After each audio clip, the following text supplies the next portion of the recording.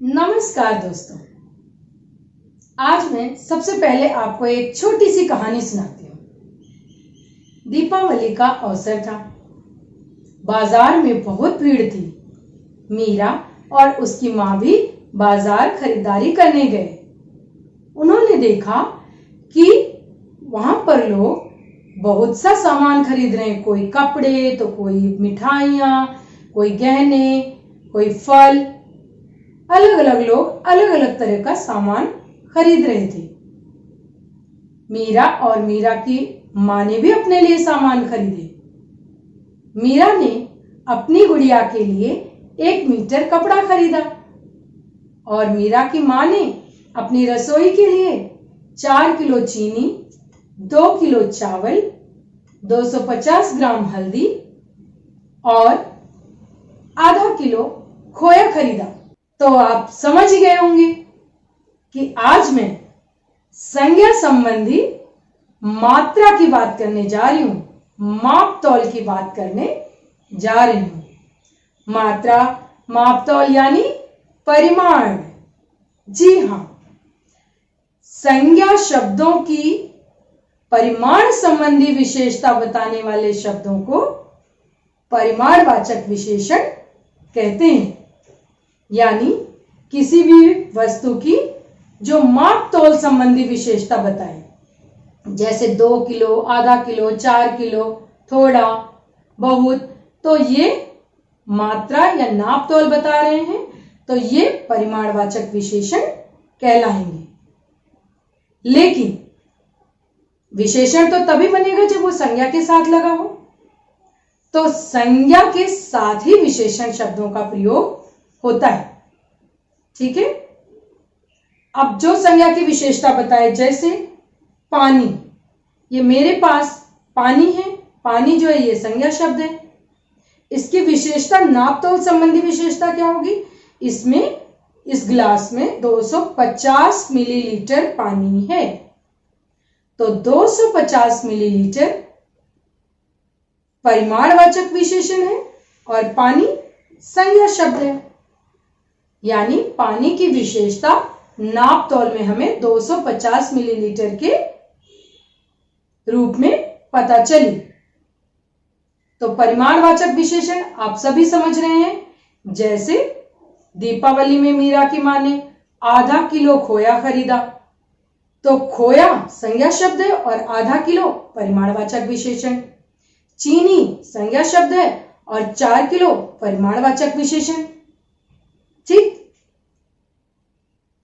एक बात और ध्यान रखने की है कि परिमाणवाचक विशेषण भी संख्यावाचक विशेषण की तरह 2 प्रकार के होते हैं। एक निश्चित परिमाणवाचक विशेषण और दूसरा अनिश्चित परिमाणवाचक विशेषण।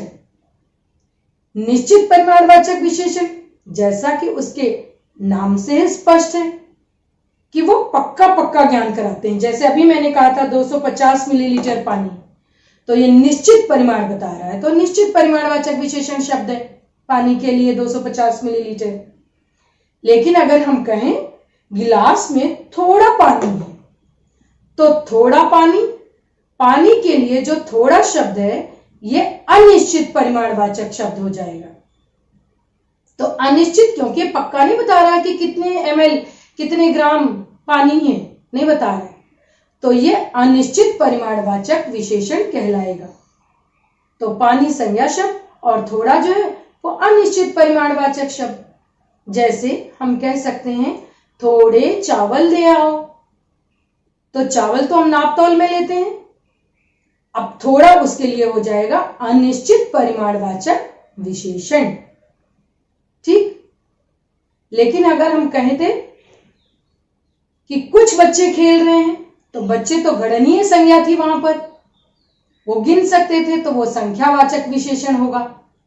और चूंकि कुछ है तो वो भी अनिश्चित संख्यावाचक विशेषण होगा। तो यहां एक बहुत ध्यान देने की बात है कि चूंकि संख्यावाचक विशेषण भी 2 प्रकार के होते हैं और वही नाम है, और परिमाणवाचक विशेषण भी 2 तरह के होते हैं और वही नाम है, अनिश्चित, निश्चित। तो आपको इसको पहचान कैसे आप इसकी करेंगे अलग अलग। उसके लिए सबसे सरल तरीका है, आप संज्ञा को देखें कि संज्ञा की आप नाप तौल कर रहे हैं या गिन रहे हैं।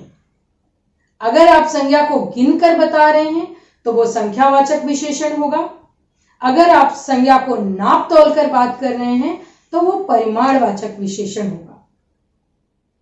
इसी संदर्भ में मुझे एक चीज याद आई कि आजकल बाजार में केले नाप तौल कर भी मिलते हैं और गिनकर भी मिलते हैं।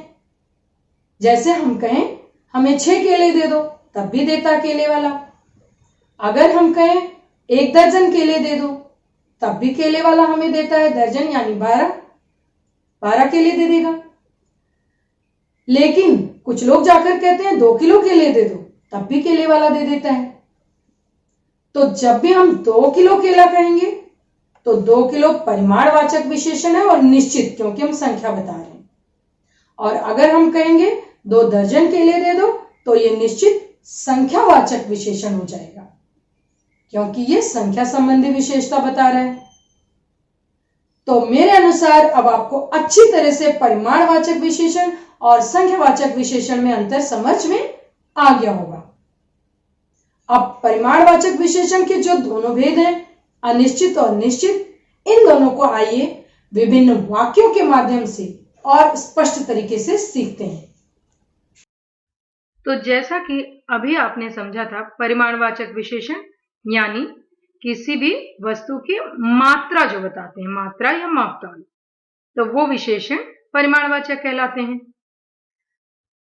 जैसे मेरा कुर्ता 2 मीटर कपड़े में बनता है, तो यहाँ कपड़े की माप बताई जा रही है किस रूप में, 2 मीटर।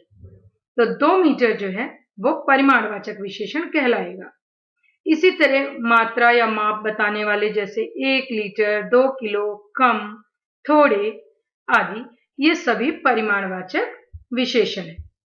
अब आपने जाना कि परिमाणवाचक विशेषण भी 2 प्रकार के होते हैं। एक निश्चित परिमाणवाचक विशेषण जो किसी वस्तु या पदार्थ की निश्चित मात्रा का बोध कराते हैं, तो वह निश्चित परिमाणवाचक विशेषण कहलाएंगे। जैसे बाजार से 100 ग्राम तिल ले आओ, तो कितना तिल ले आना है, 100 ग्राम। तो ये जो 100 ग्राम तिल की मात्रा बता रहा है, और तिल क्या है, संज्ञा शब्द है, तो उसकी विशेषता 100 ग्राम बता रहा है, और उसकी मात्रा, तो ये परिमाणवाचक विशेषण है और निश्चित है, क्योंकि मात्रा हमें निश्चित रूप में पता चल रही है। इसी प्रकार 2 तोले, 3 लीटर, 7 किलो, ये सभी निश्चित परिमाणवाचक विशेषण कहलाएंगे। और दूसरा है अनिश्चित परिमाणवाचक विशेषण। जैसा कि इसके शब्द से ही पता है कि यह अनिश्चित मात्रा बताता है वस्तु या पदार्थ की, मतलब हमें बिल्कुल स्पष्ट रूप से पता नहीं चलता कि कितना मापतौल।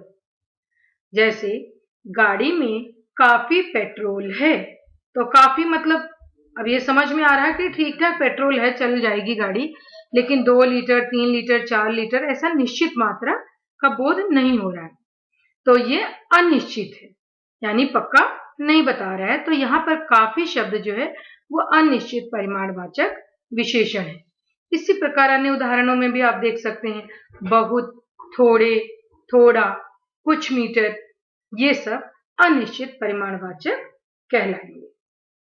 तो उम्मीद है अब आपको समझ आ गया होगा अच्छी तरह। और आपको कैसा लगा हमें लिखना ना भूलें। अगले वीडियो में फिर एक नए व्याकरण के पाठ के साथ मिलेंगे। तब तक के लिए धन्यवाद, नमस्कार।